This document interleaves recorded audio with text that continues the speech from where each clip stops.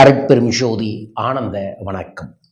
நாளை மதியத்திலிருந்து சனிக்கிழமை மதியம் வரைக்கும் ஆவணி மாத அமாவாசை வருகிறது. நமது குலதெய்வத்தை மனதார நினைத்து நாம் வழிபட வேண்டிய ஒரு தெய்வீகமான சக்தி மிக்க நாள் அமாவாசை.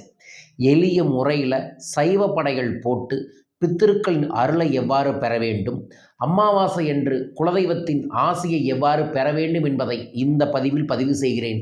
முழுமையாய் பார்த்து பயன்படுத்தி வளம் பெறுங்கள். அருட்பெரும் ஜோதி அருட்பெரும் ஜோதி தனிப்பெரும் கருணை அருட்பெரும் ஜோதி.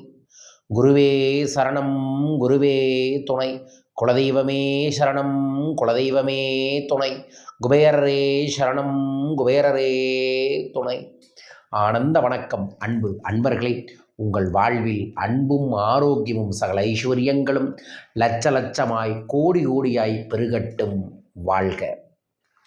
அன்பு அன்பர்களே, பித்ருக்கள் என்கின்ற நமது முன்னோர்களின் ஆசி இல்லாமல், நமது தாய் தந்தையின் அருள் இல்லாமல், குலதெய்வத்தின் பார்வை இல்லாமல் நம் குடும்பத்தில் எந்த விதமான சுபிக்ஷமும் ஏற்படாது.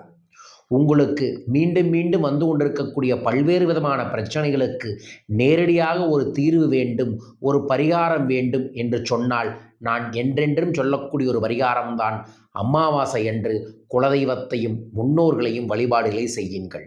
அதை செய்பவனுக்கு வாழ்வில் எந்த விதமான பிரச்சனைகள் இருந்தாலும் அதை தாண்டி தாண்டி வந்து வாழ்வில் முன்னேறுவான். நீங்களும் முன்னேற நான் சொல்லக்கூடிய இந்த பரிகாரத்தை செய்யுங்கள். நாளை வாஸ்து நாளுடன் இணைந்து வரக்கூடிய அமாவாசை. அமாவாசை சரியாக தொடங்கக்கூடிய நேரம் வெள்ளிக்கிழமை மதியம் 12:54 தொடங்கி சனிக்கிழமை மதியம் 12:29 முடியுது. ஸோ எப்பங்க குருஜி நாங்கள் சைவ படைகள் வழிபாடுகள் செய்யலாம் அப்படின்னா பெஸ்ட்டு சனிக்கிழமை தான். ஏன்னா 12 மணிக்கு முன்னாடி தான் செய்ய சொல்லுவாங்க நம்ம பெரியவங்க. அதனால் சனிக்கிழமை நாளையும் வெள்ளிக்கிழமையும் சனிக்கிழமையும் அசைவ உணவு எடுத்துக்காதீங்க. எந்த விதமான எதிர்மறையான விஷயங்களையும் வீட்டில் பேசாதீங்க, சண்டை போடாதீங்க, எதிர்மறை பிரச்சனைகளை பற்றி யோசிக்காதீங்க, புலம்பாதீங்க. அடுத்தது நாளை மறுநாளும் சைவ உணவு எடுத்துக்கிட்டு நாளை மறுநாள் காலையில் சரியாக சைவ உணவை படைச்சு உங்கள் வீட்டில் ஒரு சின்ன கண்ணாடி வைங்க. அதில் குலதெய்வம் எழுந்தருள்வாங்க.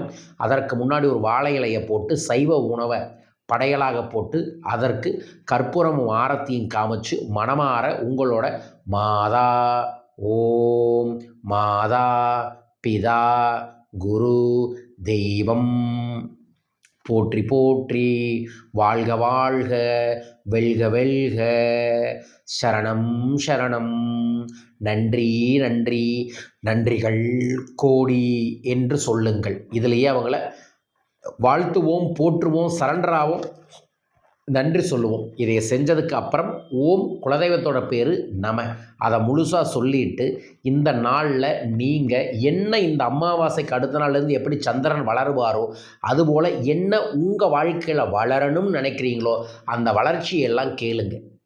அடுத்த அமாவாசைக்கு நான் மறுபடியும் இந்த படையல் உணவு வழிபாடில் செய்கிறேன், எனக்கு எல்லா வழிமுறைகளையும் வாய்ப்புகளையும் ஆசைகளையும் தாருங்கள் என்று இதை செய்யுங்கள். இதை செய்வதன் மூலமாகவே அற்புதங்கள் ஏற்படும். செஞ்சதுக்கப்புறம் எல்லா உணவையும் கலந்து மிக்ஸ் பண்ணி கொண்டு போயிட்டு காகத்துக்கு வச்சுட்டு காகம் சாப்பிட்டதுக்கப்புறம் நீங்கள் சாப்பிடுங்க. இதை கண்டிப்பாக வீட்டில் இருக்கிறவங்க செய்யுங்க. இந்த அளவுக்கு முழுமையாக செய்ய முடியாதவங்க காலையில் என்ன உணவு செஞ்சாலும் சரி அதை கொஞ்சம் காகத்துக்கு வச்சுட்டு வழிபாடுகளை செய்யுங்க. நீண்ட நாள் உடல்நிலை பிரச்சனை இருக்கிறவங்க இந்த வழிபாடுகளை செஞ்சுட்டு ஒரு 11 பேருக்கு அன்னதானம் செய்வது சனிக்கிழமை அமாவாசை அன்னைக்கு ரொம்ப ரொம்ப நல்லது. அதோடு சேர்ந்து அன்றைய தினத்தில் நீங்கள் உடல் ஊனமுற்றோர்களுக்கு ஏதாவது மருத்துவ செலவு தருவது உங்கள் குடும்பத்தில் வரக்கூடிய மருத்துவ செலவை தவிர்க்கக்கூடிய வாய்ப்புகளை ஏற்படுத்தி தரும். ஸோ இந்த தெய்வீக அமாவாசையை எளிய பரிகார வழிபாட்டை செஞ்சுட்டு நைட்டு படுக்க போகும்போது ஓம் குலதெய்வத்தோட பேர் நம 27 முறை எழுதிட்டு இந்த நாளிலிருந்து அடுத்த அமாவாசைக்குள்ளே குலதெய்வத்தின் முழு அருளும் கிடைக்கணும்னு வேண்டிக்கங்க. நிச்சயமாக நல்லது நடக்குங்க. உங்களுக்கு நடக்க வேண்டுமென பிரார்த்தித்து இந்த பதிவு செய்கிறேன். யார் இதை செய்ய போகிறீங்க அம்மானு கமெண்ட் பாக்ஸில் மென்ஷன் பண்ணி இந்த பெல் பட்டன் ப்ரெஸ் பண்ணி சப்ஸ்கிரைப் பண்ணுங்கள். வரும் ஆகஸ்ட் 31ஆம் தேதி 30ஆம் தேதி ஒரு சிறப்பு யாத்திரை ஏற்படுத்தியிருக்கோம். நரசிம்மர் யாத்திரைன்னு சொல்லிட்டு ஒரே நாளில் ஒரே நேர்கோட்டில் இருக்கக்கூடிய 3 நரசிம்மர் கோயில் 3 சிவன் கோயிலுக்கு போயிட்டு கடனை தீர்க்கும் மைத்திரு முகூர்த்த நாள் அன்னைக்கே வருது. மைத்திரு முகூர்த்தத்துக்கு ஒரு சிறப்பு யாகமும் ஏற்பாடு பண்ணியிருக்கோம். அனைவருமே இந்த அற்புதமான யாத்திரையில் கலந்து கொள்ளுங்கள். ஒரே நாள் விழுப்புரத்தில் பஸ் ஸ்டாண்டில் தொடங்கி விழுப்புரம் பஸ் ஸ்டாண்ட்லேயே முடியுது. ஆகஸ்ட் 30 கலந்து கொள்ளுங்கள். ஆகஸ்ட் 31ஆம் தேதி கோயம்புத்தூரில் கல்பத்தரு என்கின்ற கொங்கண சித்தரின் சூட்சமமான பயிற்சி வகுப்பு நடைபெற இருக்கின்றது. செப்டம்பர் 7ஆம் தேதி சேலத்தில் நமது பணவளக்கலை பயிற்சி வகுப்பும், செப்டம்பர் 14ஆம் தேதி திருச்சியில் பணவளக்கலை பயிற்சி வகுப்பும் நடைபெற இருக்கின்றது. கலந்து கொள்ளுங்கள், வளம் பெறுங்கள். மேலும் விவரங்களுக்கு தொலைபேசி எண்களில் தொடர்பு கொள்ளுங்கள். அனைவருக்கும் அற்புதமான வாரமாக அமைய வேண்டும் என பிரார்த்திக்கின்றேன். வாழ்க.